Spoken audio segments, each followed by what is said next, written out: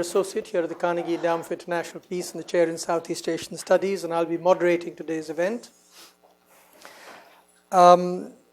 This event is part of a series that we're holding right through the year called Myanmar Votes 2015, which is supported by the Asia Society Policy Institute as well as the Department of Southeast Asian Studies at SAIS in Johns Hopkins University down the road.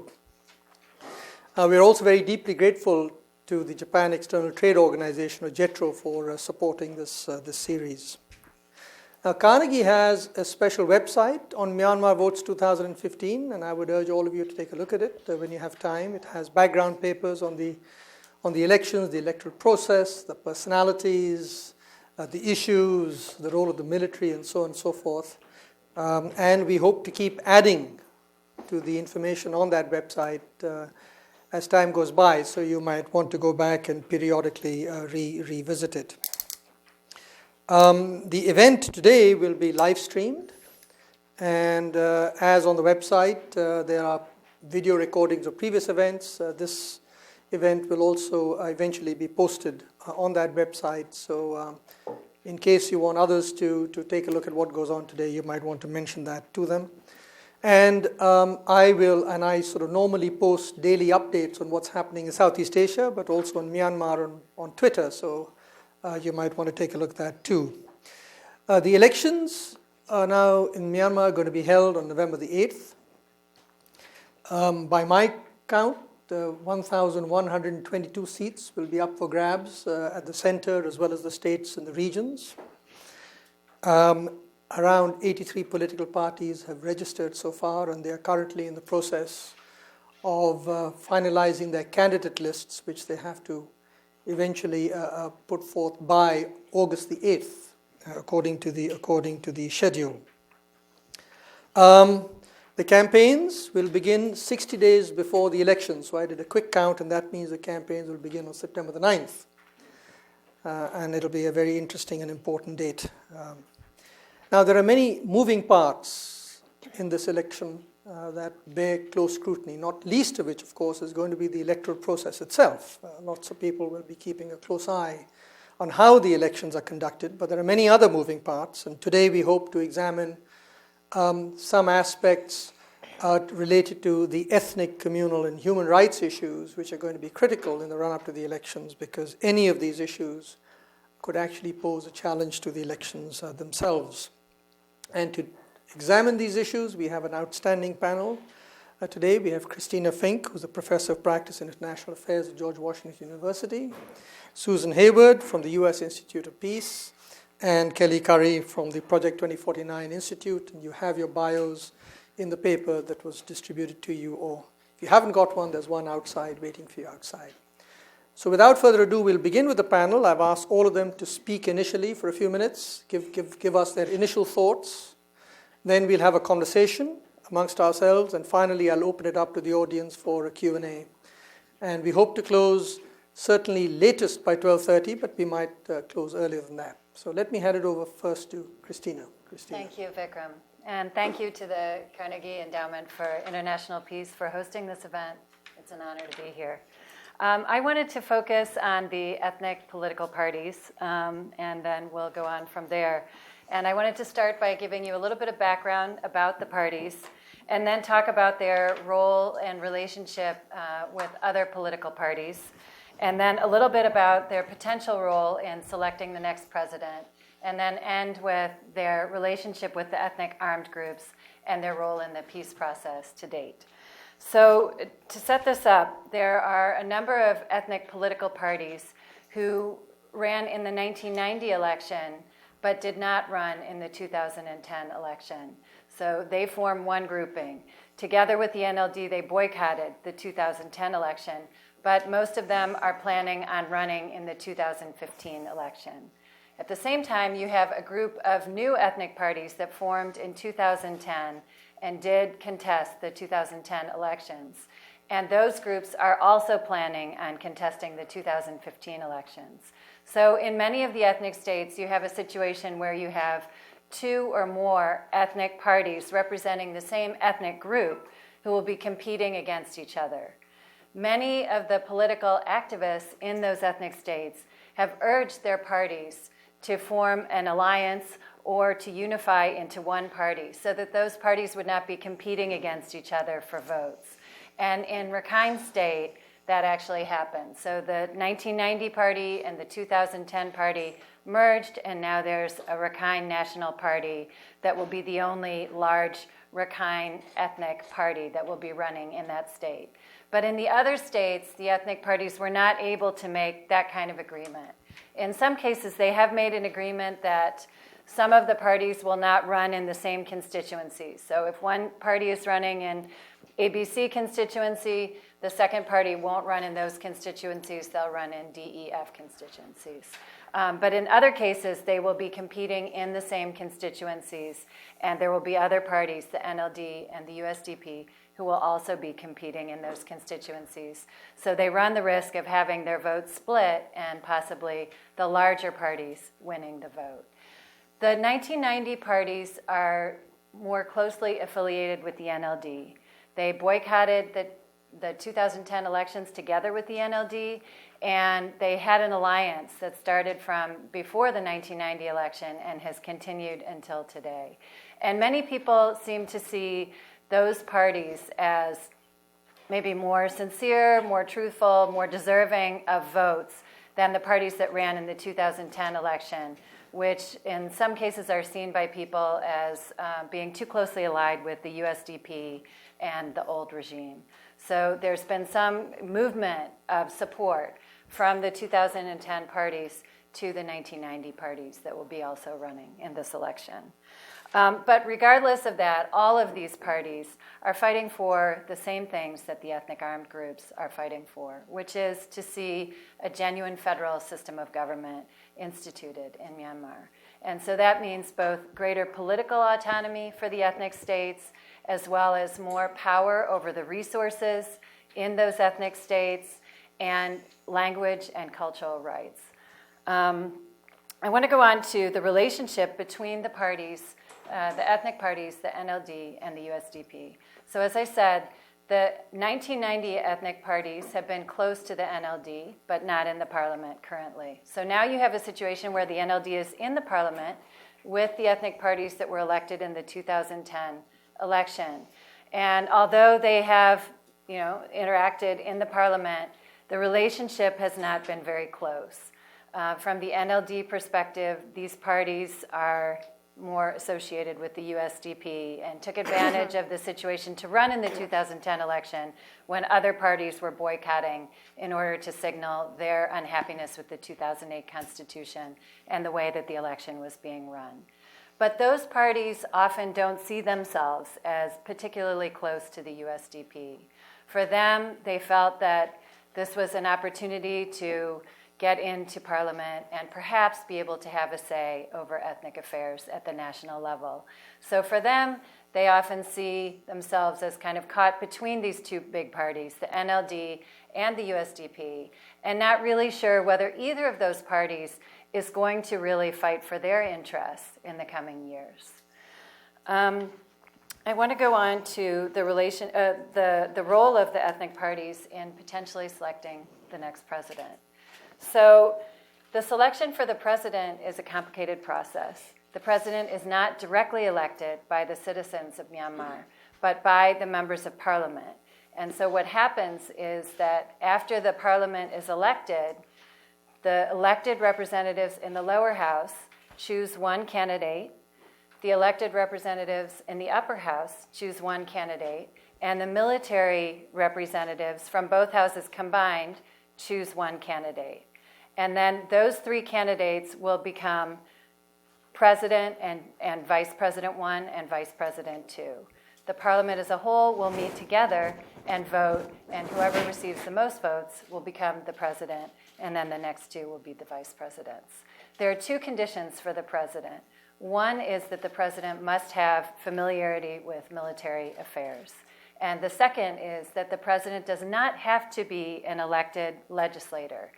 The president could be somebody who comes from outside the legislature. So what's interesting is to think about, who is going to be selected by the upper house and the lower house, and then who will the military put forward as their candidate? And then how might the votes align? Because it's likely that no one party is going to be able to determine who will become the next president. There may have to be a coalition, in which case the ethnic political parties may play a very important role. So we don't know how the election is going to turn out, but it seems likely that the NLD will win more than 51% of the votes of the lower and upper house combined, but perhaps not enough to be able to ensure that they can vote their own candidate into president without the military votes or the other party's votes. It's likely that the ethnic minority party candidates will do quite well in the upper house. The upper house has 14 representatives per state and per division. So it's likely that in the states, in the ethnic parties will take many of the seats, perhaps not all, but many of those seats. So they may have a sizable block of votes in the upper house. In the lower house, they're also likely to do much better than they did in the last election, where the USDP took a number of votes in the ethnic states. In fact, what's likely to happen is that the USDP is going to lose votes to both the NLD and the ethnic political parties. So in the 2010 election, the ethnic nationalist parties won 29 seats out of 168 in the upper house and 43 out of 325 seats in the lower house. So that's about 70-something votes, 70-something seats. But it's likely they'll get maybe closer to 100 seats in the upcoming election and may be able to play a kingmaker role. And it's not clear who they would go with. It's possible that the military may be trying to woo ethnic parties to vote for their candidate. It's possible that the NLD may be trying to woo ethnic parties to vote for their candidate. Or that there may be an agreement that the upper house would put forward an ethnic minority candidate in the condition that the lower house, they would support the lower house NLD candidate, so that one of the vice presidents would be an ethnic minority representative, and perhaps there would be an agreement that some of the members of cabinet would also come from the ethnic minorities. And now I want to turn to the relationship between the ethnic parties and the ethnic armed groups. So at a personal level, many families have members, at least in their broader family network, who are in the armed groups and who are in the political parties. So in some ways, there's a very close connection between the parties and the armed groups, and certainly in terms of their overall aims, which are to achieve federalism.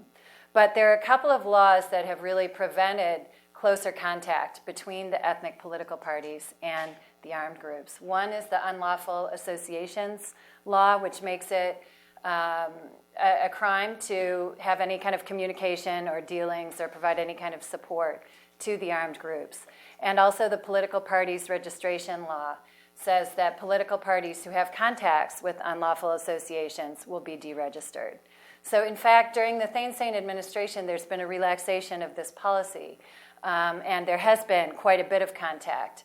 But those laws are still hanging over the ethnic political parties and have been used in some cases to arrest members of parties and individuals who have had that contact. So there has been less coordination at an official level than they would perhaps like. And finally, in terms of the peace process, the ethnic political parties have not been involved in a formal way so far because the ceasefire agreements which have been negotiated have involved the government, the military, and the ethnic armed groups. And there has been no formal role for the ethnic political parties in this part of the process. Once a national ceasefire accord is reached, the next stage is to draw up a framework for the peace talks, and the ethnic political parties will play a role in that process and then in the peace talks going forward. But that is something that is going to take a number of years. If we're lucky, there will be a national ceasefire accord before the election, but that is not guaranteed. And I'm going to stop there. Well, thank you. Susan. So we split this up imperfectly ahead of time with Christina speaking about the ethnic issues, me speaking about some of the communal issues and the role of Buddhist nationalism and Buddhist monks. And then Kelly's going to be speaking to some of the overall human rights concerns, but I'm sure there will be a little bit of overlap between all of us. So thank you, Vikram, and thank you to all of you for joining us today. And that was a really wonderful presentation. I'm going to step back a little bit and speak a little bit to some of the historical and more meta-level relationships between various groups in the country, and especially between Buddhist and Muslim groups in the country, and think about how that's going to impact the elections and how the electoral process is also going to impact some of those relationships and cleavages. Because we all know democracy can sometimes, especially electoral politics, can sometimes exacerbate polarization and competition between groups, and there's certainly a threat of that happening over the next several months in the run-up to the election. So stepping back, recall this is an incredibly diverse country with over 130 ethnic groups, and there is a long history in the country of competition and contestation between the various groups.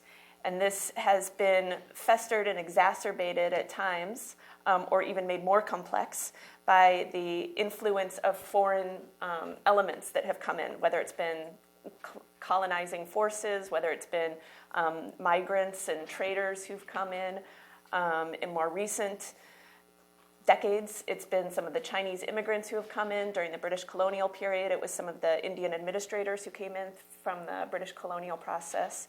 And that has fed and complicated some of the relationships between various ethnic groups within the country. But it's also, there's a long history, being a country that was subject to a lot of colonial rule, of suspicion and concern about the role of some of these foreign influences that have come in, particularly, of course, political influences with the colonial forces, but also concerns about the impact on some of the cultural, religious, and social elements that happen when some of these foreign influences come in. So, some of these concerns have arisen in the past 4 years, because what has happened in the past 4 years is that there has been tremendous social, political, economic change over a relatively short period of time. And the new spaces within the media, the new spaces for political mobilization, have given space to the expression of some of these long-standing prejudices and concerns, both within the country between various groups, but also about external influences and concerns. And then there's also been, like you see in a lot of countries undergoing political transitions of some sort, and especially when you see a transition from an authoritarian rule to a democratic process, there's been a lot of competition between groups as they determine who's going to win and who's going to be left behind in the reform and the peace processes that are taking place. And so that's fed some of this competition between the various groups. And as much as possible, the new democratic system has sought to sort of manage some of these competitions and contestations between groups. But of course, it's a very imperfect nation system that is only 4 years old at this point. And so there have been ways in which even the democratic process itself hasn't been able to manage some of these conflicts in a constructive way. But of course, most striking, and especially what's been followed the most closely in the Western media, has been what's called the communal conflict, which is the imperfect term that's used to refer to some of the competition that's been taking place between Buddhist and Muslim communities, particularly affecting in egregious ways the Muslim minority community within the country. That began with localized violence in Rakhine State in the west between Rakhine Buddhists and the Rohingya Muslim community there, but it then spread throughout the country, and it affected Muslim communities of many different ethnic backgrounds and heritage, and spread to include some Buddhists and other communities who are not Rakhine. And this then was spearheaded and led to the development of a real Buddhist nationalist movement, or Buddhist activist movement, that is constituted and led by monks within the Buddhist monastic community. Began with 969, which is led by Ashin Weerthu. He's the self-proclaimed leader of it, which is very much a kind of narrowly focused on an anti-Rohingya, anti-Muslim concern about the influence of the Muslim community internally and externally on the Buddhist religion and culture. But it then transformed into what's known as the Mabata movement, the organization for the protection and promotion of Buddhism and the race. So I want to take a quick moment and talk about the development of these groups before I move to talking about their influence on the electoral process. The development of these groups within the historical, because oftentimes I hear the question, why are Buddhist monks mobilizing against various groups, and why are they mobilizing in ways that seem very anti the democratic principles, when our image of them, at least before the last few years, was of the Saffron Revolution, 2007, mobilizing in response to community needs and in support of democracy and Aung San Suu Kyi. So again, this needs to be situated within and understood within the larger historical trends and experiences and concerns and debates within the country. So during the colonial process, or the colonial times, especially during the British period, when there was the separation of the state with the monastic community, historically the state had been responsible for propagating, for ensuring the economic viability of the monastic community and ensuring order within the monastic community. But when the Brits came in, they separated church and state, or pagoda and state. And as a result, there was a perception that the monastic community had weakened, and that Buddhism, as a result, had weakened within the country. And this was exacerbated by Christian missionaries who were coming in. So there was a sort of strong Buddhist revivalism movement, like you saw in Sri Lanka and other places, in order to protect and promote Buddhism in the midst of the colonial period from external influences that seemed to threaten it. And at the same time, you had the rise of the lay meditation movement in the country, which, if any of you have been there, you know that it's incredibly influential and incredibly important to so many of the lay community within the country to practice meditation and to study the Buddhist texts on your own, which is, within wider Buddhist world, that's pretty unique to Burma. That's generally has been seen as the responsibility of the monastic community. That's why they're monks or nuns, because they set their household lives aside in order to focus on practice of meditation and the scriptures for the benefit of the wider community. But in Burma, what you had was this democratization of Buddhism, in a sense, where it became everybody's responsibility to study Buddhism, to practice Buddhism, and to ensure its health. And this happened during the colonial process. But you can kind of see where this is going, right? So this was all done as a response to foreign outside influences and concerns about its influence. Now, fast forward to the current moment, where we've had these incredible changes over the past 4 years that, again, have given a rise to some of these old concerns. But at the same time, you have a lot of foreign influences coming into the country that weren't previously there, including folks like me who've been going into the country, and other international organizations coming in, foreign governments coming in. But aside from the political, you also have a lot of new social and cultural influences coming in. The opening up of media, global media in the country, and so on. And so there's been a concern. You hear from a lot of people a concern about what this means for Buddhism and for traditional cultural practices in the country. How can we ensure that we protect the integrity of Burman culture, of Burmese Buddhism in the midst of all of these changes? And then on top of that, you have some of the global geopolitical narratives that are playing into that, and influences playing into that, which particularly comes into play with some of these the relationships or the attitudes about the Muslim community. And the rise of Islamic extremist movements don't help in terms of seeing the Muslim community in particular as a threat to Buddhism within the country, and seeing the incredible political, economic, and other influences or other forms of power that the Muslim community is seen to have within the world, within Asia in particular, that fuels a sense of anxiety amongst the Buddhists within Myanmar, and I think within other Theravada Buddhist communities in Asia as well, about how they can protect Buddhism in the midst of those huge influences. So the question is then turning to how this is all going to influence the electoral process. Now, Mabata, when it arose, it moved from 969, which is more just focused on sort of social through sermons, kind of feeding this need to protect Buddhism and the anti-Muslim narratives that were part of it.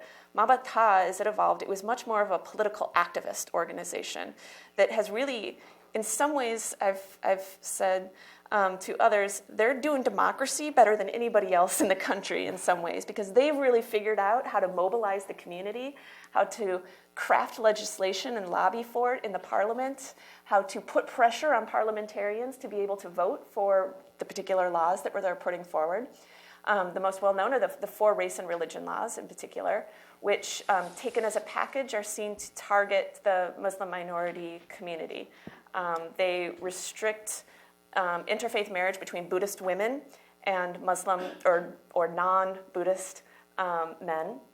They put more regulations around conversion, around how many children people can have, and on monogamy.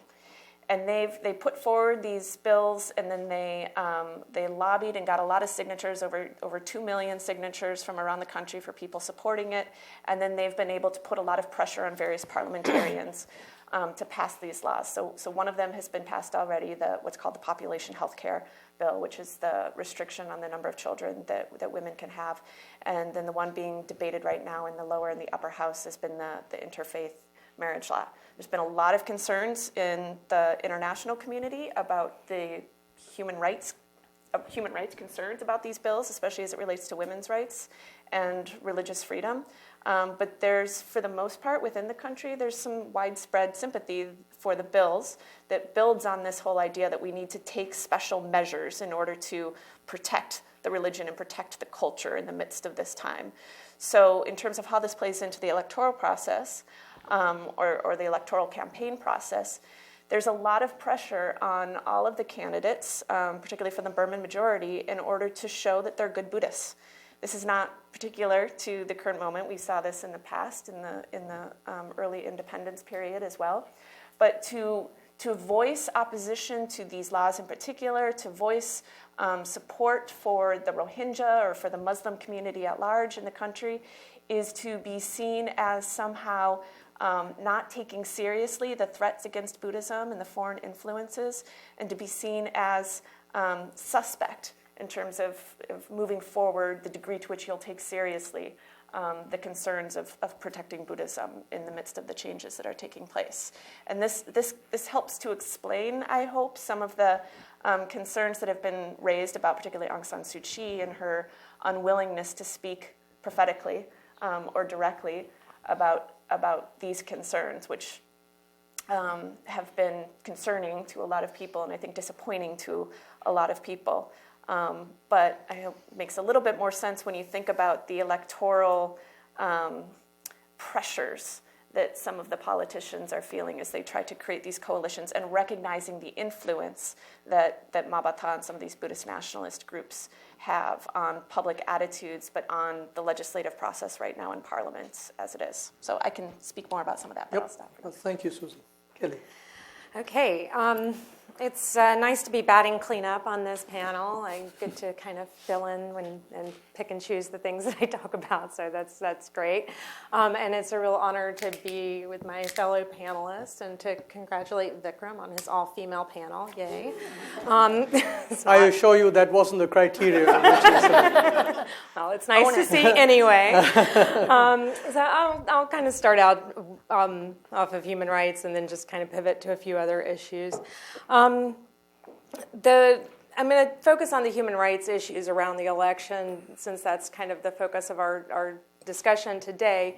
And those would primarily be the political and civil rights that you would expect to have as a voter or as a citizen participating in a democratic process.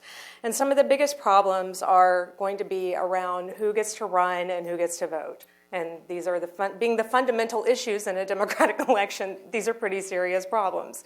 So if you're looking at who gets to run just for parliament, you have problems there with some of the candidates, some of the potential candidates who are people who are former political prisoners, who may have problems meeting certain criteria for candidacy.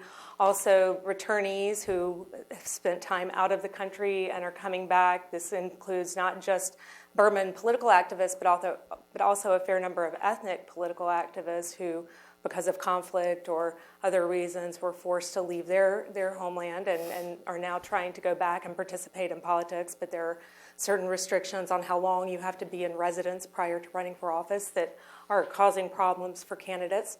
And then there are also people who've just had their citizenship unilaterally abolished by the government.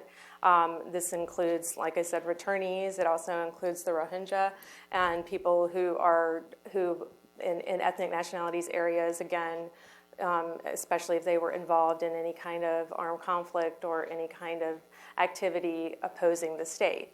So you have this whole category of people who've been kind of blacklisted by the government in the past, who have questionable political backgrounds or who have not been present in Burma for the past 20 years consistently, who are going to have some difficulty should they desire to run for office. The NLD is right now in the process of choosing their candidates. They have a rather elaborate bottom-up and top-down kind of process that's selecting candidates based on each constituency recommending the executive committee from each constituency will recommend 2 candidates, and then the central executive committee of the NLD, the senior leadership of the NLD, which is about 100 people, will also be able to recommend candidates and recommend themselves for candidacy. And they have a right to kind of jump in, pole vault over the local recommendations. But many of those people who I talk to, especially the older generation in the EC, have said that they have made the decision not to run in order to bring grassroots people up. But again, some of these people are going to have problems. You also have people who are coming in from outside of the NLD wanting to run. 88 generation leaders such as Coco G and some of these other individuals. Again, many of them are former political prisoners. Many of them have, a long history of conflict with the authorities. And so it's going to be interesting to see when the NLD posts its candidate list where they put these people on it in terms of the constituencies that they put them in, as well as whether they have any problems with who they choose as their candidates. And then, of course, the same issues are applying to people who are trying to vote, who have unilaterally been stripped of their citizenship or have had problems regaining it because they were outside of the country. In some cases, you also have issues with current detainees, people who have been put in prison in the past year and a half, including the student activists who were recently arrested. There has been an escalation in the past year of political detainees after a period where there was a big focus on them being released. You now, in the past year, have seen a major increase in the number of political prisoners, new political prisoners. And we are looking at around 200 people who are currently charged, tried, and convicted and serving political sentences, and around 400 who are awaiting sentencing or who are in some stage of the trial process. And these numbers are according to the Assistance Association for Political Prisoners. The conditions are terrible. They continue to have problems with torture during interrogation, maltreatment under detention. All of these things that are characteristic of the old regime continue to be characteristic of how political detainees are treated today in Burma. And the trials have been a joke in many cases. It's ruled by law, not rule of law. There is the access to justice remains extremely problematic for these individuals. And when you link that up to their right to vote, their right to run for office, these things they take on a broader significance, especially when you consider that the people who we're talking about, these former and current political detainees, are many of the most politically active people in the country. They're the people you would like to see running for office. They are the educated and interested and active, concerned people in the country, and they're going to have serious problems. They potentially will have serious problems. Then you have the overall issues with the voting list, which many people have commented on. As the voting lists have been publicized, and people have started to look at them. They found error rates of between 40 to 80%, depending on where you're looking. Some of the groups that I spoke to when I was in Rangoon last week were saying that when they go out into the countryside to kind of analyze what's going on with these voting lists, they find that there are green villages and red villages. The green villages, where the error rate in the voting list is smaller, it's around 20-30%, tend to be villages with strong USDP support and that have been kind of brought over to the USDP side. Whereas the red villages are those that tend to have a history of strong NLD or ethnic support. So you see that the voting, they've documented, some of these groups are starting to document trends on how the voting lists are being corrected and how they're being managed. So this is problematic, and it's something that people need to keep an eye on. And then with regard to campaigning, as Vikram noted, there's a 60-day campaign period, but that only applies to people who are not already in the government. The government is already campaigning, and this is something that I don't think that people really understand. The USDP is out campaigning because they control the ministries, they control the means of the government, and so they are effectively using that for electioneering right now, and that is happening on the ground. It's not really being talked about. I'd also like to talk a little bit about the donors and the role that the international community is playing in this whole landscape, because it's quite problematic at this time. My last few visits to Burma over the past year, the complaints about the way that the international community is engaging civil society have just gotten more and more severe over the past year, as I've been talking to civil society organizations that work in political activity. They are very bitter. They've gone from being very excited to have these opportunities to partner with international organizations that they've been denied all these years, to being quite bitter and really kind of disgusted almost with the way the donor community has treated them. They feel that they've been talked down to, that they've been instrumentalized. When they are engaged, it's in a very patronizing and instrumental way, and many of the groups that I've been working with for years now have decided that they are not interested in taking international funding for their activities because they are so frustrated with the way that donors engage them. They're also very frustrated with the overall policies of the donors that they see as heavily weighted towards the authorities and heavily benefiting the authorities. This cuts across ethnic lines. It's as true with the Burmans that I talk to as it is with the ethnic nationalities. It may even be more true with the ethnic nationalities because they see this as an aspect of the peace process where they are being further disadvantaged as donors pour resources through government ministries that then impact on the peace process as the government ministries try to push administration out into ethnic areas. And this creates conflicts where these ethnic nationalities had built up institutions or were providing services, however meager and not great, but they were doing something there. And then the government sends out administration that effectively railroads over what they were doing, and they do it without any consultation or permission or coordination with the ethnic nationalities. And this has undermined trust in the peace process, and it's created enmity on the ground. So donors seem to be completely either unaware or unconcerned about the effect that this is having. And this is something that has been flagged for me both in my last visit and the one that I just concluded as being a real problem, particularly as it relates to the peace process, but not exclusively. So I wanted to also talk a little bit about the role that the peace process is playing with the elections and this kind of interplay that Christina mentioned. The ethnic armed groups are in Rangoon this week, actually. The National CSAR Coordinating Team, NCCT, led by Zipporah Sain, the Karen leader, is in the capital, or in the old capital, for talks with the government's negotiating team this week to relate their position on the draft ceasefire that was signed on March 31st. And I met with Zipporah during my last trip and had an opportunity to, I don't know, she didn't tell me what she was going to say, but the overall demeanor did not give me a lot of confidence that this was going to be a positive interaction. There are serious differences, very serious differences, fundamental differences remaining between the ethnic nationality side and the government side on the text of the draft ceasefire agreement.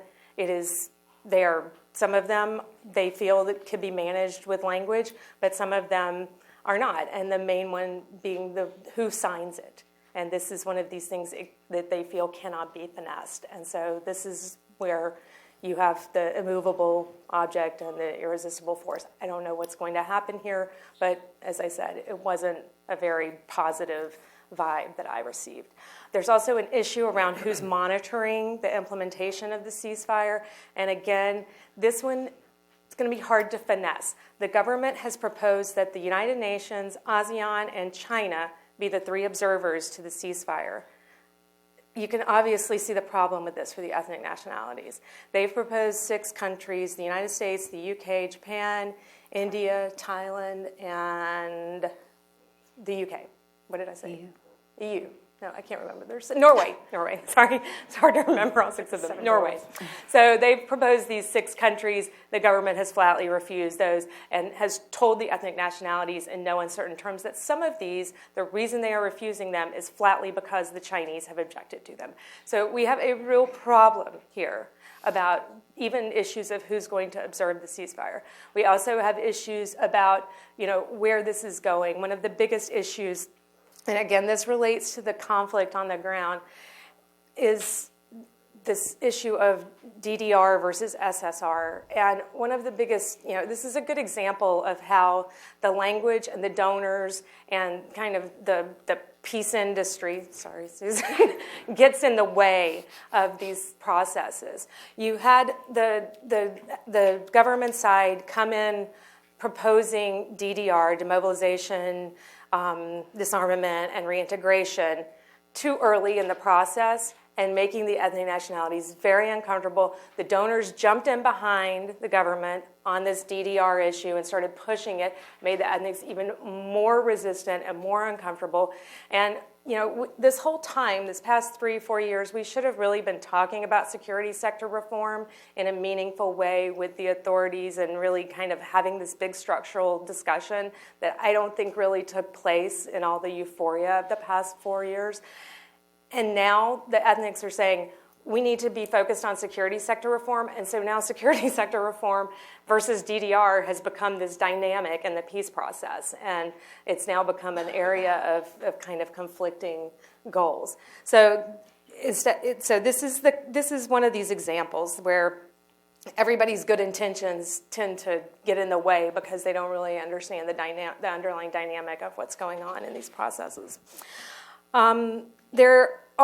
I don't want to be so negative because I think that despite how the overarching structural problems make this a deeply problematic election, and the human rights situation remains extremely problematic, especially in the conflict areas, especially in Rakhine State. There are serious, deep-rooted human rights issues, abuses continuing, sexual violence, and serious problems in these places, including what I mentioned before. But I do want to point out some bright spots that are happening because I feel like it's important to see where the good things are. One of these things is the role that civil society has been taking. I mentioned before how irritated they are with the donors, but at the same time, if you could see how amazingly diverse and just incredibly creative Burmese civil society has become in the past 5 years, and since it's been given this space, it would give you so much confidence in the future of this country because, there's the civil society of Mabata, which is, racist and not democratic because it doesn't have any democratic values. It uses the tools of democracy but doesn't have the values of democracy. These civil society organizations, most of them do have incredibly democratic values. They operate with internal democracy. They're very creative in the way they go about things. They're very political. Many of them are very savvy. And they are trying to do things in a very independent way. As I said, they don't want donors telling them what to do. They know what they need to do, and they just want to get on with it. And they're doing really great things with looking at voter lists, helping to educate people in civic education around the elections, and doing a lot of other things that are really great, including a lot of peace-building activities from the ground up, such as the Panzagar flower speech movement, and some of the other, this My Friend campaign, this viral campaign where people take friends with take selfies with their friends of different religions and then post them on Facebook. This kind of thing is really, very bottom up. It's very organic, and it's really remarkable to see how it's developing.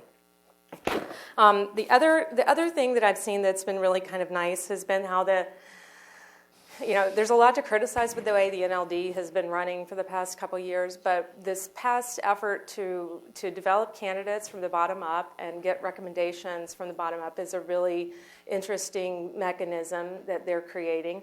And I also thought that the announcement, the more formal announcement that they are reactivating the CRPP, the Committee for the Restoration of the People's Parliament, which is the old alliance with the ethnic nationalities that Christina mentioned, for the election, and that they are entering into formal talks with the ethnic nationalities parties is a very positive sign. The Shan National League for Democracy, the Unified Rakhine Party, and the parties in Kaya and Kachin and Karen and Mon State are going to do, I think, very well in their respective areas, and the NLD would be very wise to take advantage of their support rather than run against them.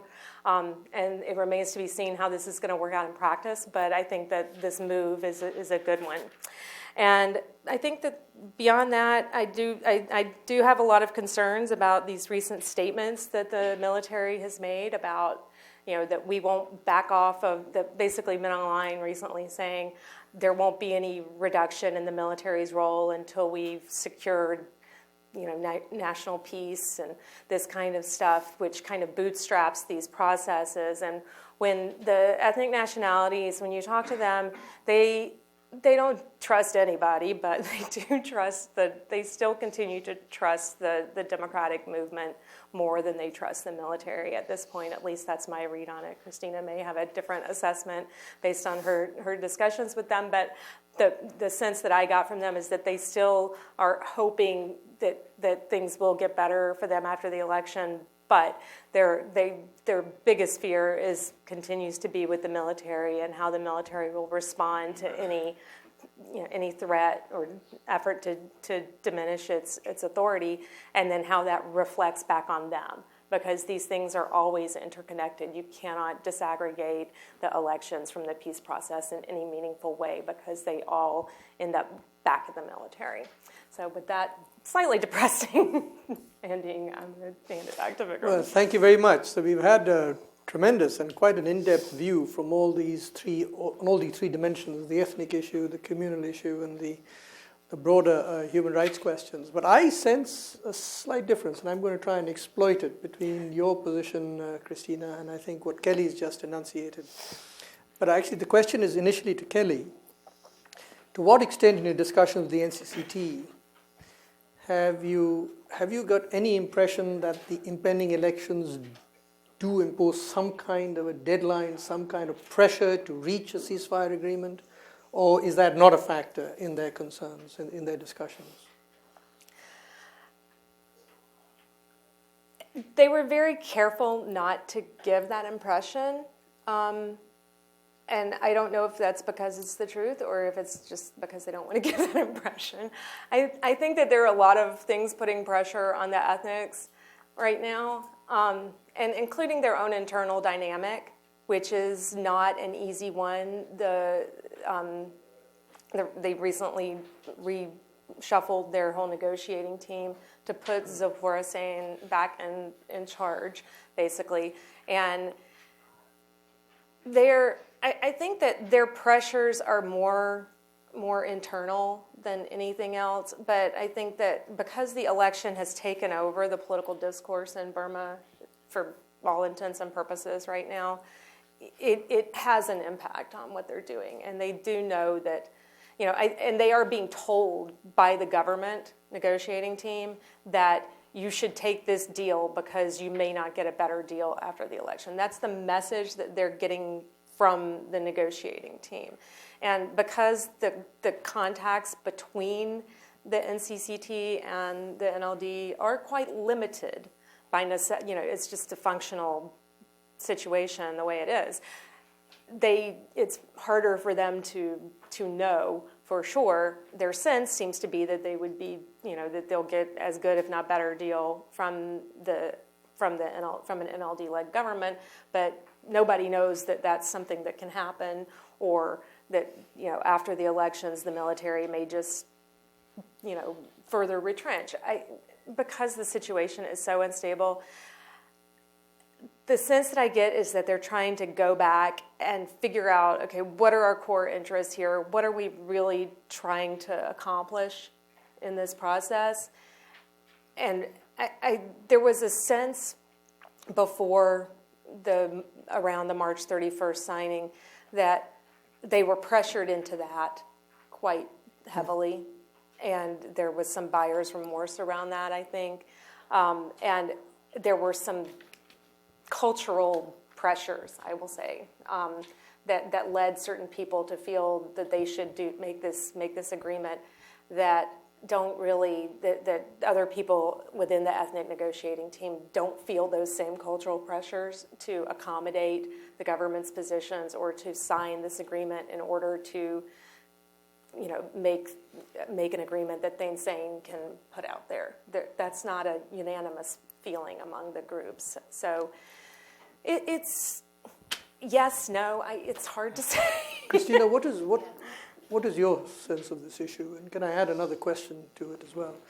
What is the NLD's position towards the peace process? I mean, how much validity do we give to this view that if there were to be an NLD-led government, perhaps after this election, there won't be as much emphasis on the peace process as has been accorded by the USDP government today?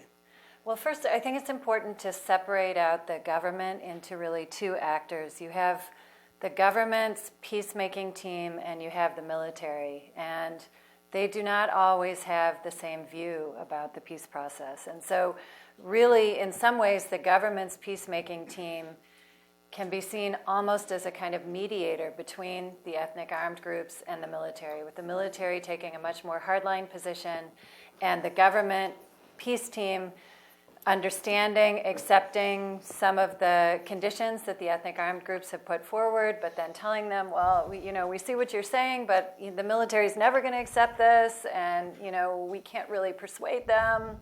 And so the question is, in the next government, right now you've got a government where everybody who's leading the current government basically comes from the military. They come from the former government. So there is some kind of unity between the military and the current government, although positions have diverged a bit over the past 5 years. But let's say you have an NLD-led government next. Is the military going to be responsive to the NLD peacemaking team's agreement that it makes with the ethnic armed groups? Let's say the NLD and the ethnic armed groups can come to some kind of agreement. The military may well be interested in not going along with that because they don't like the NLD government. So I think there's a question not only about what will the NLD position be if they are the government going forward, but also what's the relationship going to be between the NLD and the military, and is there a possibility that they would work together, or are they going to be trying to undermine each other? And really, without the military's agreement, there's no agreement. So this is really a fundamental factor that the ethnic armed groups have to take into consideration, along with, what really is the NLD position. And to say something about the NLD, I would say that, there has been no formal role for them in the peace process so far. That hasn't been permitted or created. But it's also true that the NLD has really not focused on this issue. Their main focus has been on changing the Constitution, and everything else has been something we'll deal with later. We've got to change the Constitution first. And so some of the ethnic groups do feel that their issue has been marginalized in the eyes of the NLD, and particularly the ethnic political parties that ran in the 2010 election and are in parliament with the NLD. they feel that the NLD really hasn't taken much of an interest in their issues. They're just focused on this constitutional issue, and everything else can be dealt with later. So that's been a frustration. I want to come back to the communal issue, if I may, Susan, for a second. I have some sympathy with Kelly's point about the Mabata being using the democratic I should have system made that rather than distinction. being That's what I democratic meant. itself. I said they're doing democracy in the sense of Right. mobilization, but not that they reflect democratic There's a principles. news item today from the BBC, or maybe it was yesterday, I'm not quite sure, which makes the point that the Mabata, for example, has been spreading the word that the NLD is a party of the Muslims in order to push its nationalist agenda. And that brings me to a sort of a broader point as to the way the Buddhist sort of movement has unleashed this tremendous hatred against the Rohingyas, but against Muslims more broadly in general. And what you didn't talk about in your remarks was, what has the government done about this? What has been the response of government? Clearly it's fallen short, but how do you see the government perhaps in a post-election administration deal with this issue? These are sort of unresolved and big questions. Yeah, the government response has not been consistent, and it has not been as forceful as we would have liked in order to oppose this movement and to restrict this movement. When you talk to people in Myanmar, when the movements first arose, there was a good deal of sympathy for it for the reasons that I said, and there was also a strong cultural and religious pressure on people not to criticize the monks, because you don't criticize monks, and because during the military period, the monastic community was the one that really responded to the needs of the community. So in the absence of public health, in the absence of education and so on, they were the ones who addressed that gap for the community. So there's a great deal of both cultural deference, religious deference for the monastic community, but also sympathy for the community, that they really are concerned about the needs of the community and represent them. So there was very little criticism that was made of these movements when they first arose, even if people sort of appreciated the cause but didn't appreciate the manner in which it was being expressed and in the manner in which it was being advocated for. And then there is all of this latent tension. But the government itself, so when you talk to people, they'll often say, we sense that there's dark forces behind the movement that's supporting it. They have had a great deal of financial support they've been able to get in order to put out a lot of these tracts, in order to mobilize.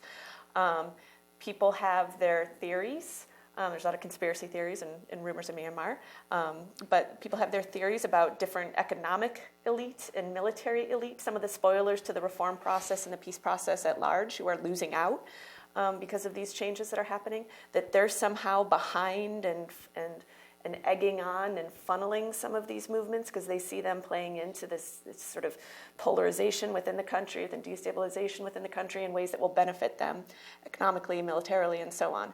But there's been no direct links that have been found or evidence that has been found to link it. So it's all a bit opaque right now.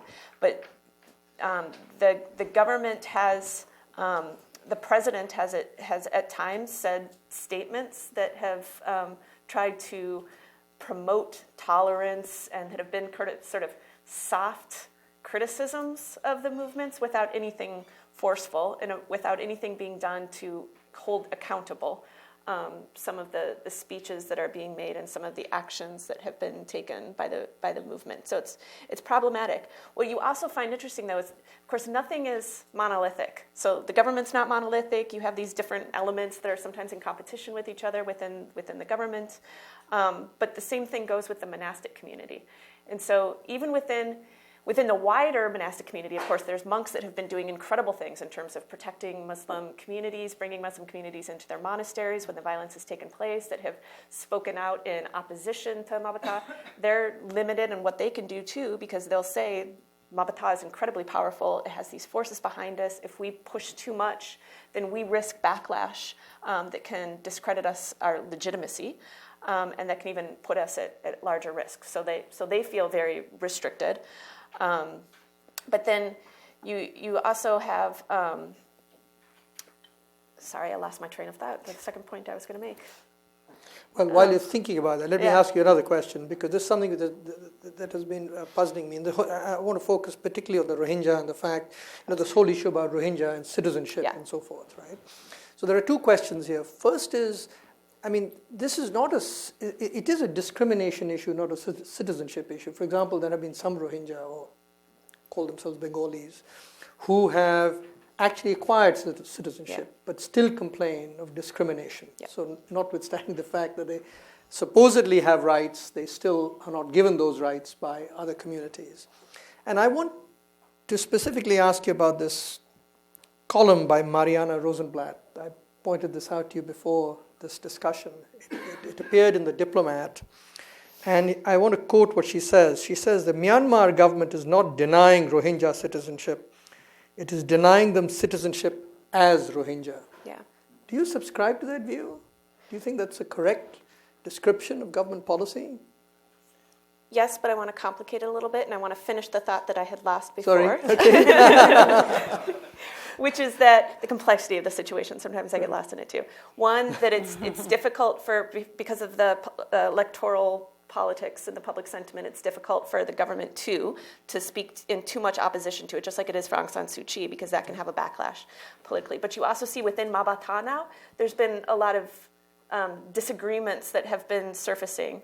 And there is actually a sense from some of the leadership that Mabata has also been infiltrated and exploited, some of them are saying, by some of these troublemakers who are trying to exploit the political situation. And so there was actually a meeting between some of the Mabata leadership and the Islamic Council recently in Yangon that happened. It's an attempt by some of the Mabata leadership to express that they're not as anti-Muslim as some are painting them to be, and that they're concerned about some of this really overt hate speech that's coming out. So even it's complicated even within, and it's not monolithic even within.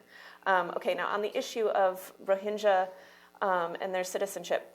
So there too, it's complicated, and of course it's deeply problematic from a human rights perspective. It's deeply problematic in terms of social and cultural prejudice against the Rohingya, which is just, it's so deep-seated. All pervasive. It's all pervasive. I mean, even from folks like from the 88 generation and so on, you hear some of these anti-Rohingya in particular sentiments being expressed, and it's really disheartening when you're there to understand or just to see just how deep some of these prejudices lay, and the time it will take in order to promote pluralism and tolerance, and concern about how democratic processes and electoral processes can actually entrench some of these things when you're trying to promote coexistence and tolerance, especially when political parties are so ethnicized. But then what you have going on too in Rakhine State is that you have multiple forms of oppression first that are taking place there, and there's a great deal within the Rakhine community, which is the majority community in Rakhine State, but is a minority overall. They have longstanding grievances against the Burmans and against the center, and it's one of the most undeveloped states. It's incredible poverty. They have, if you go to Mandalay and you go to Mahabharata statue there, I mean, they have these their own historical narratives of the Burmans coming in and stealing their culture and then claiming it as their own, and so there's a very strong political mobilization and political set of grievances amongst the Rakhine, and the Rohingya issue fuels and exacerbates and plays into that to a large degree. And so it's prevented the government from taking the kind of human rights-oriented, strong stances that I and I think others would like to see them take on these issues.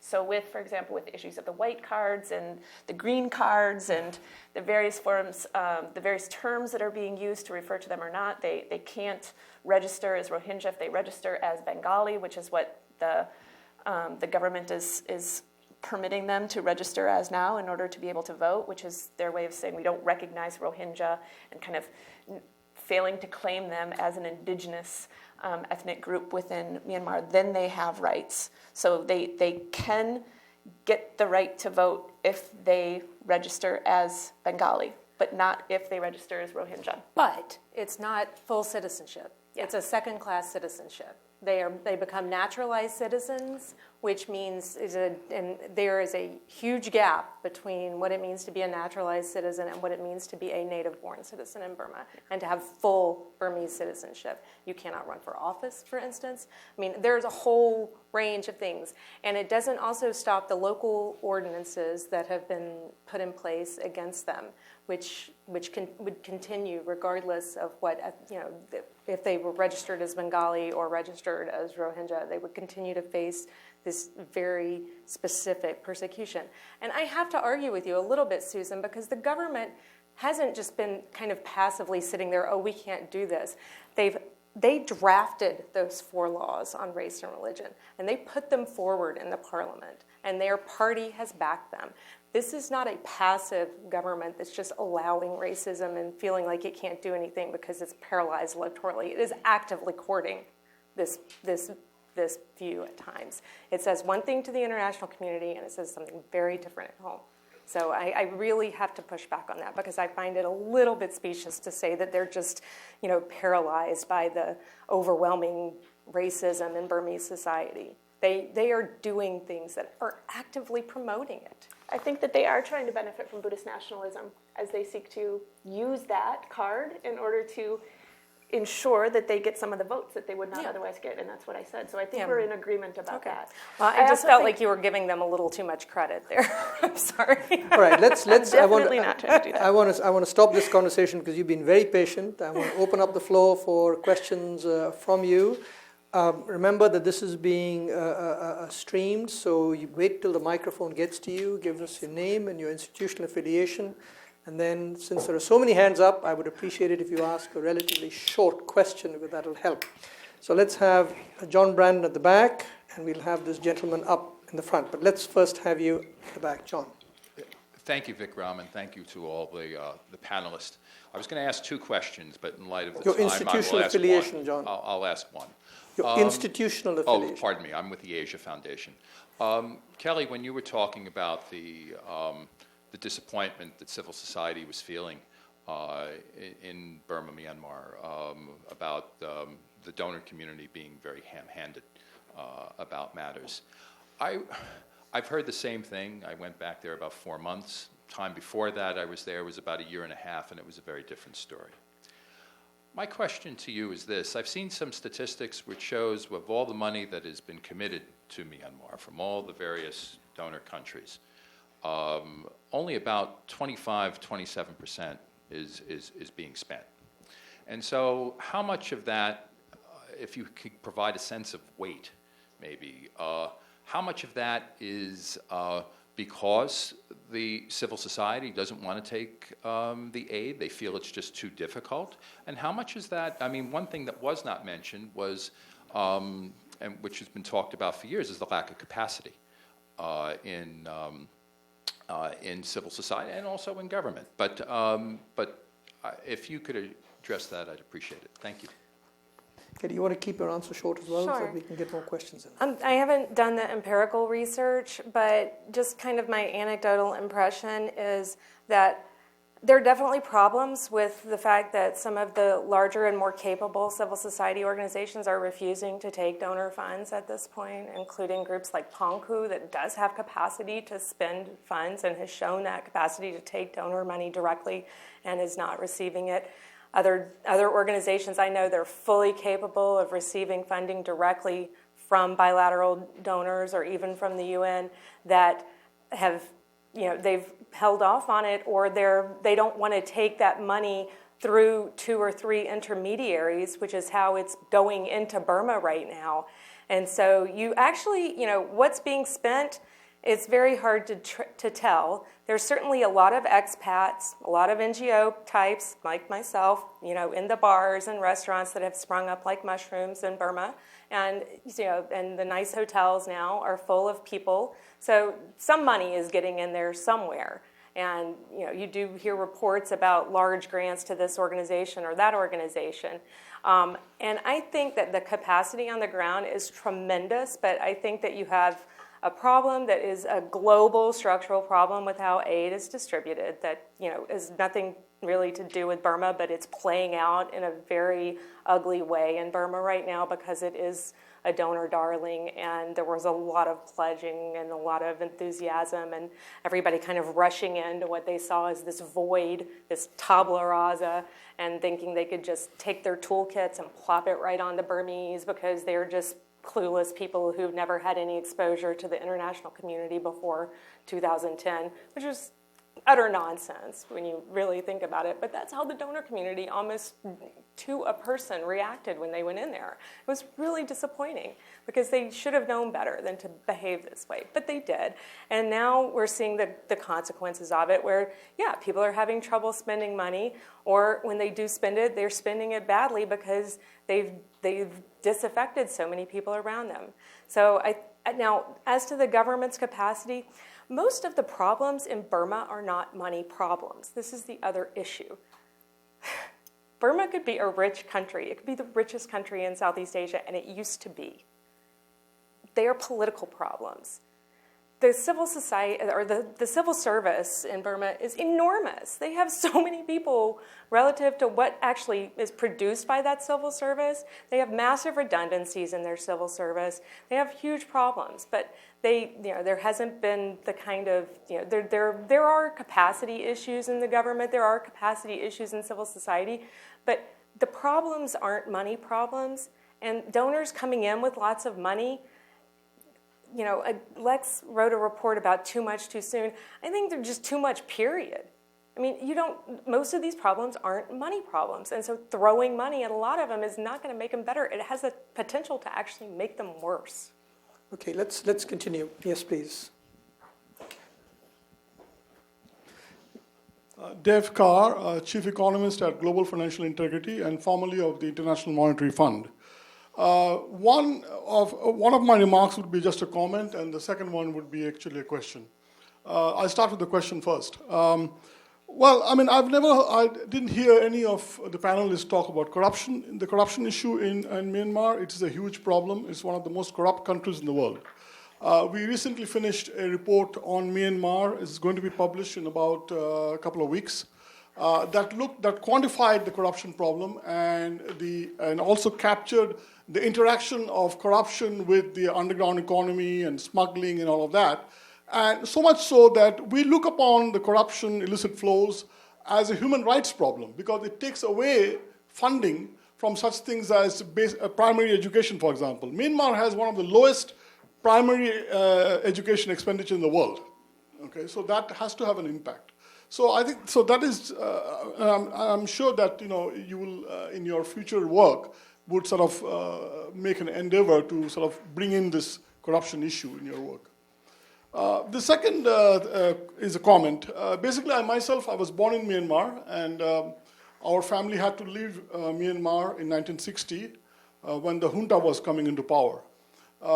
Ironically, my father was involved in the Burmese independence movement and also the Indian independence movement. But he had to leave Burma because things were very difficult.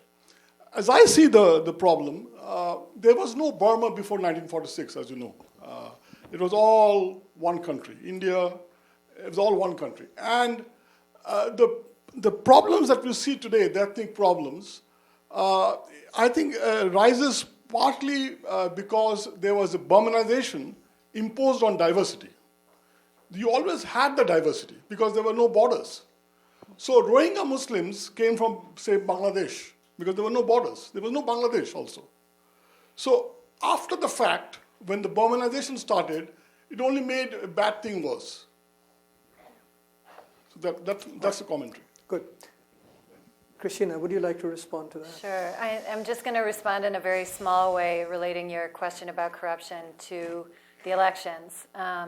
And one important factor that relates to Kelly's point about citizenship and being able to vote in the elections is that in Myanmar, you're required to have a citizenship card. And in order to get that card, you have to apply at the township office. And in reality, it's supposed to cost something like 7 kyat, like pennies. But in practice, you have to pay a huge bribe in order to be able to get that card. And so one thing I found in my research is, for instance, in Shan State, people were going to the local ethnic political party's office and getting a letter of recommendation from that party that they then took to the township office, which they felt could help them reduce the bribe, so that they were only paying 15,000 jat, which is about $15, $20 for their ID card and their household registration, rather than much, much more than that if they didn't have that. And another example is from just outside of Yangon in Legu Township, where the NLD MP and his township committee actually went out and did citizenship registration for people in the villages around that town, because again, the farmers could not afford the bribes they were being required to pay in order to get their citizenship document, which every citizen has to have, and you need it to be able to vote. Susan, do you want to respond to Devka's point that he made, rather than the question that ethnicity and diversity has been with Myanmar for a long time? It was the Burmaization that that was imposed that has led to these tensions. I think there's historical roots of ethnic competition between groups that happened before modern nationalism, but I think with the introduction of the modern nation state and the ways in which then Burmanization became institutionalized in the state structures in ways that disenfranchised groups, that's what's fed ethnic competition. That's sort of the form it takes now. And we're seeing it processed in different ways through the democratic process right now. And then on corruption, I just want to say it's so huge and it's so pervasive. And when we did these discussions all around the country throughout outlying areas, trying to have local communities identify what were their primary concerns related to justice and security at the local level, and corruption was almost always number one or number two. But also recognition that corruption is also fueled by the sense that local administrators, local police, and so on don't have a living salary. And so understanding some of the long-standing institutional things that need to be transformed in order to rid corruption. And I thought that it was implicit very much in what Kelly had earlier talked about when she said resources were not the issue. It was really governance that was the question. That was the issue. Let's continue. Lady there at the back, yes, please. Hi, I'm Susan Wadnawan. I always learn so much from listening to all of you from Institutional affiliation, Susan? From Open Society Foundations. Kelly, I was interested to hear your views on donor engagement, and I share them, and now I'm a donor, so it's an interesting place to be. In grant-making circles, we talk about participatory grant-making, so where we sit down with the community and really listen to their needs and try not to be as donor-directed as Western donors tend to be.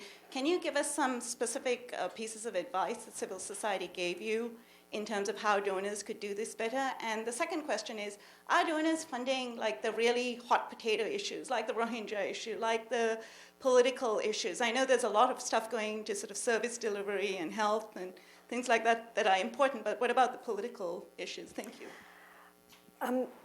I'll answer the second question first, because I have to think about the first one a little bit.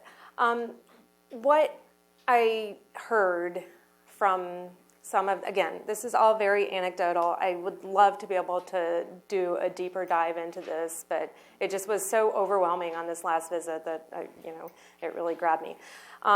That the donors, especially the large bilateral donors and the large institutional donors, are sticking with what's safe.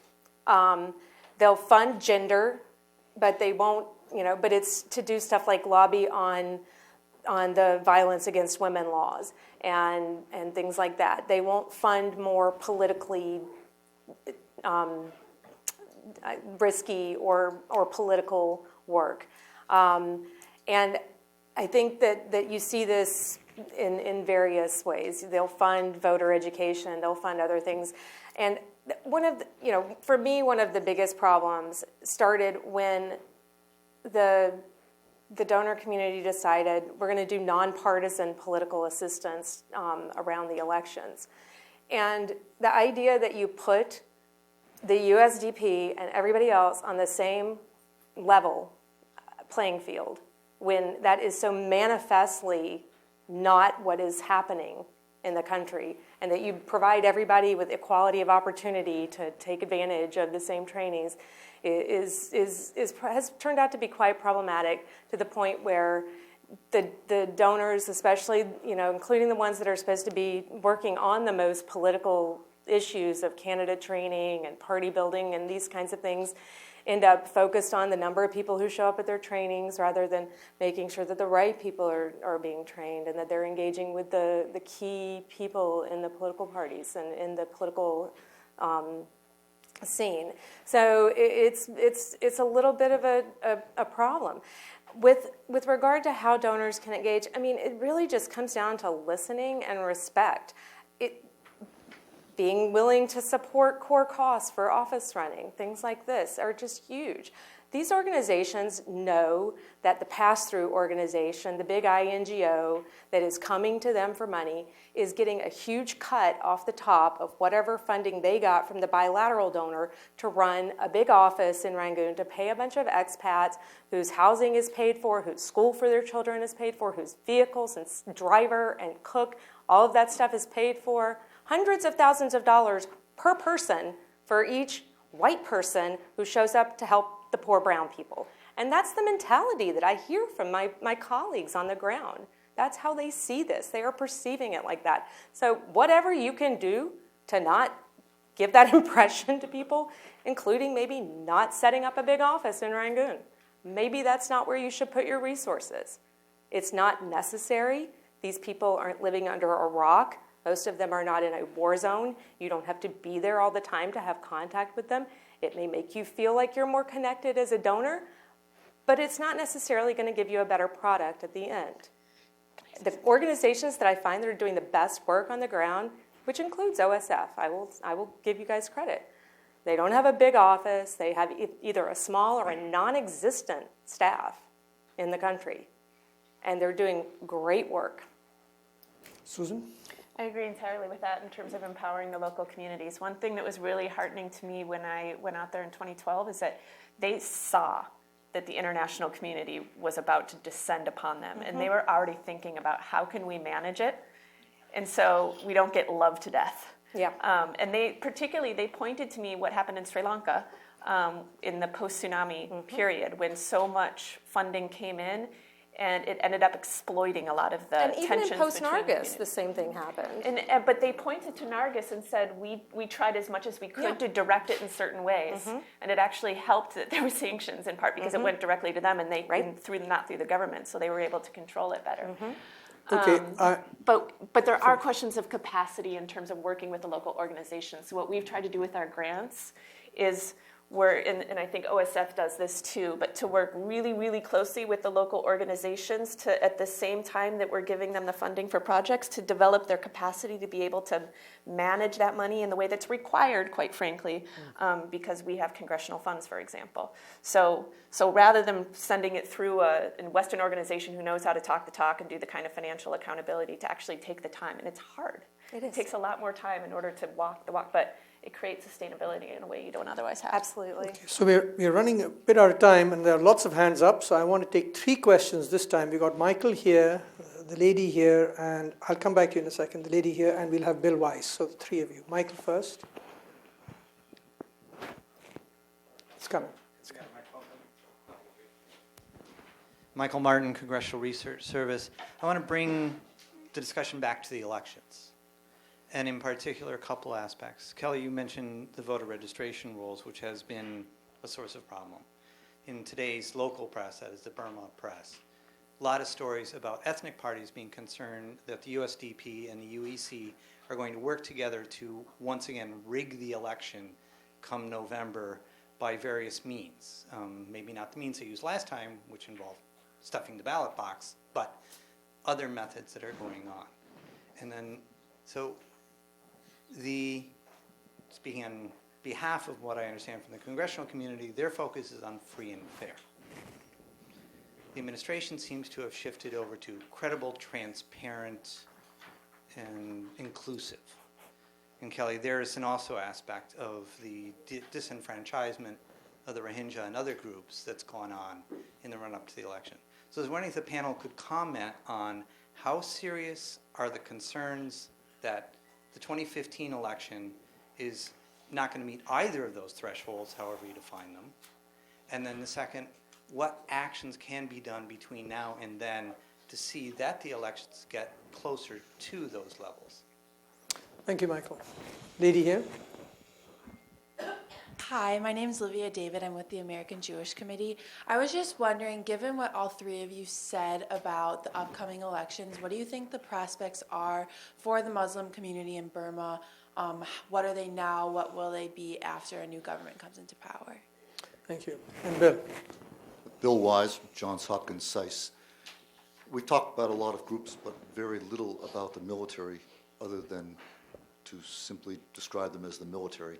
And I know how difficult it is to look inside of that kind of black box, but to the extent that you have impressions, I wonder if you could tell us, first of all, how the relationship has evolved between the military leadership and the active and retired officers who serve in the administration and in the parliament. Second, between the military leadership and the deployed military commanders in the areas and regions we've been talking about. And third, between deployed military commanders and local leaders and populace in the same areas. Okay, may I suggest we just go this way and we'll end with you, Kelly. Christina, why don't you pick whichever questions you want to answer and respond. Okay, I'm going to talk briefly about the first and the third. So in terms of preventing fraud in the elections, civil society organizations are extremely robust on this front and have developed a network of organizations that are going to be monitoring the advanced votes and the polling on the day of the election, the counting of the votes, et cetera. And they're being trained by international donors and also people in the region. The problem that they face is that there are so many polling places around the country, and many of them are in very remote places. And so in those areas, they may not be able to reach there, and there are concerns of those places being places where fraud could happen. And then I'm going to skip to Bill Wise's question on the military. The relationship between the Tatmadaw commander, Min Aung Hlaing, and the president has been quite good. The relationship between Min Aung Hlaing and Shwe Man, who is the head of the Speaker of the Parliament and also the chair of the USDP party, has been quite difficult. And so I think that there's a lot of concern, if we bring it back to the election, from the military side that they would not like to see Shwe Man become the president at this point, although who knows, that could change after the election happens. But at this point, there's a concern that he has really not acted in the interests of the military in the way that they had expected him to. And so the relationships have been much more tense than were expected in 2010. With the commanders in the regions, I think the relationships between the Min Aung Hlaing and the commanders has been pretty good. They're younger, but there has been a problem between the commanders in the field and then the other political forces. And in particular, one issue has been the chief ministers of the states. So the chief ministers are actually appointed by the president, and those can be people who came from the parliament, the local parliaments, or they can be other people. And in two cases right now, you have active duty military generals who are serving as state ministers in Karen State and in Rakhine State.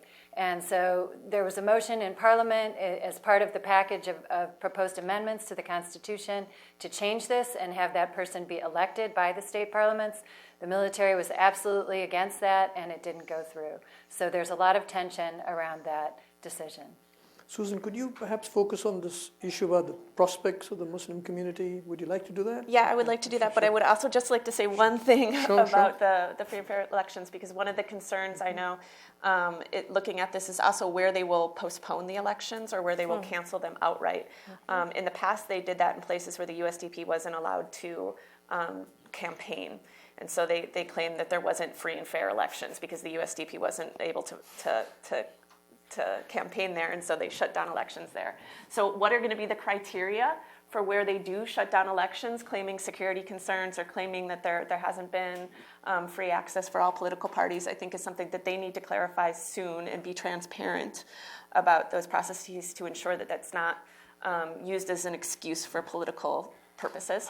On the Muslim community, I'm sorry to say that I'm not very optimistic that there's going to be a lot of great movement on both dealing with the issues of social intolerance, but also the issues of political inclusion, political rights, human rights as it relates to the Muslim community broadly, or the Rohingya community in particular in the run-up to the election, because, as I keep saying, that's not in the political calculations of anybody, really, moving forward to be able to advocate for that community. And so I'm not optimistic in the short term about the rights of the Muslim community and their place within society. But I am, because there are some of these elements within civil society that are very concerned about the human rights of the Muslim community, are concerned about national inclusion and trying to create a nationalism that's more inclusive and pluralistic. I think there's still a lot of indigenous places where some of that can be fostered in the aftermath of the election and moving forward. I think it's just a long-term process. Can I ask you a question which is related to what Michael is? How independent is the Union Election Commission? It's not. That's an easy one. It's not. I mean, it's not. I think they know they're being watched, and that's about as good of a check as we're going to get at this point. But it's still, it's a creature of this government, of these authorities. I'm just kind of, I think that by some measures, you could say that to Michael's question, they've already failed both tests because these elections can't be fair because of the institutional structural problems, Constitution. The way that the playing field is so heavily weighted, the 25% for the military, you can't have a free and fair election according to international standards under these circumstances. What you can have is a technically, for the 75% of the seats that can be elected, those seats may be elected through a technically competent mechanism that broadly represents the will of the Burmese people. That's possible, I think. But there are both these technical barriers, whether it's the voter list or the intentional barriers that are being put up by those who wish to control the results. And that's a real serious problem. And then you have these other issues of disenfranchisement that are intentional. So you have both the technical capacity issues that are going to disenfranchise and harm the election. And I fear that the international community will continue to focus on those at the exclusion of focusing on the intentional and politically motivated efforts to disenfranchise and manipulate the elections, because it's easier to talk about the technical problems because we can fix those, especially since we're smart international community people who have experience fixing these things. It's harder to talk about the political and the intentional disenfranchisement and the manipulation. Can't fix that as easily from the outside. So I worry about the international monitoring and how that comes out, and I share Christina's concerns that the least monitored places, the places that are going to be, if they even get to have a vote in Rakhine and Kachin and areas of Shan State, these places are going to have serious, disenfranchisement issues. And a lot of these places have disproportionate seats compared to the number of people there. In some of these sparsely populated areas where they've been gerrymandered to have a lot of seats, and you can expect the USDP to concentrate their efforts in places where they can maximize their returns. As far as I want to address this because one thing that did come up in my last trip was this sense among at least some people that there is some overreach by Mabata and that they have overplayed their hand. Susan alluded to this, but you see it more broadly in terms of how political actors are, and even monks, Saffron Revolution monks, people who are distancing themselves from Mabata or feel like they can pull some of their brethren out of Mabata or reorient Mabata away from its racist roots. And so there is this sense that Mabata has overreached and that with the violence and the being so close to the USDP, that actually seems to be more of a problem for people than the violence, interestingly, that they've kind of attached themselves by advocating on behalf of the USDP and criticizing the NLD. So that's an interesting dynamic at work there. And then on the military, I don't really have much to add to what Christina said, except that I do believe that there's still a fairly strong unity of purpose at work there. and a fairly strong ethos that that believes that the military is the force that holds the country together, and that this is still, that it is still necessary for the military to play this role for the foreseeable future. And this cuts across very broadly all levels of the military and the former military officials, and it's not limited to the military. It persists in various in segments of the society beyond the military as well. All right, look, I have to apologize to all of those who wanted to ask questions, but we have come to the witching hour, and we must stop. I want to thank you all for being such an engaged audience, but please join me in thanking the panelists for an absolutely outstanding session.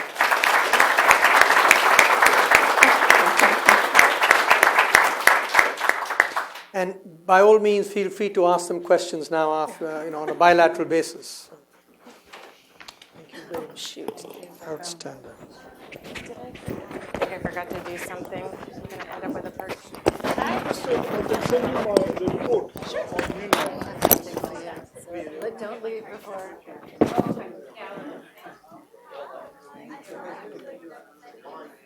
See Michael.